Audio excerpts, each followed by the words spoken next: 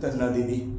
और मुझे मालूम है कि आप कभी गलत उत्तर नहीं देंगी, क्योंकि आप गणित का जादू जानते हैं, जादू कभी गलत नहीं होता।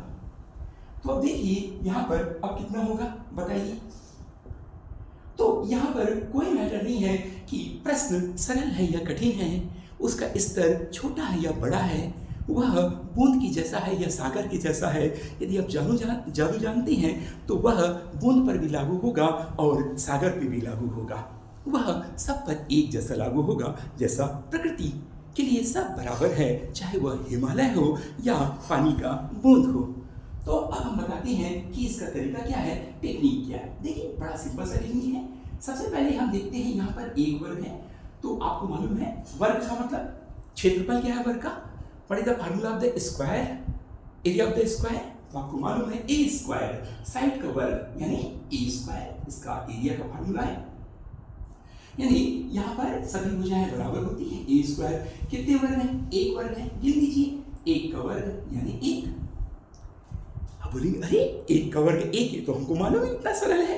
अब देखिए दूसरी बात हम देखते हैं, यहाँ पर कितने वर्ग हैं, आपको पूरा गिनने की जरूरत नहीं है, लेकिन आपने पहले क्या किया, इससे पहले पूरा गिना 1 2 3 4 और ये बड़ा वाला 5। लेकिन आपको पूरा गिनना नहीं है, क्योंकि पूरा अगर गिनेंगे तो वो जादू नहीं होगा, जबकि हम तो यहाँ पर जादू सीख रहे हैं।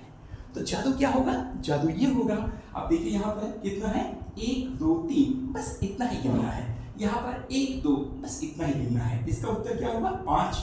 आपने गिन के बताया, गिनने की जरूरत ही नहीं है, क्योंकि आपको मालूम है जादू। यदि आपको जादू मालूम है तो गिनने की कोई जरूरत नहीं है। तो हम देखते हैं कैसे करेंगे। एक का वर्ग देखिए, यहाँ पर 1 का वर्ग धन 2 का वर्ग, 1 square plus 2 square, the sum of both square. तो आप देखेंगे कितना, 1 और 2, ये हो गया 1 धन 4 बराबर 5। आपका उत्तर बिल्कुल सही है, 5। क्यों ऐसा, क्योंकि आप जानते हैं यह ज्यामिति है, यानी क्षेत्रफल है इसका, ए वर्ग यानी उसका एरिया है। तो आप जानते हैं जिस तरफ जैसी लंबाई होगी वही चौड़ाई होगी, क्योंकि वर्ग में लंबाई और चौड़ाई दोनों बराबर होते हैं। तो लंबाई और चौड़ाई बराबर हुए मतलब तभी तो वो वर्ग हुआ।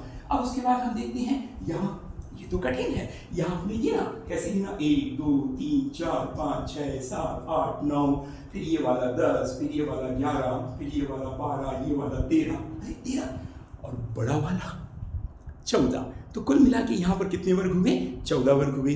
लेकिन इतना गिनने का समय तो नहीं है, क्योंकि वर्गों की संख्या अगर बढ़ गई तो बाकी लोग सफल हो जाएंगे और हम फैल हो जाएंगे।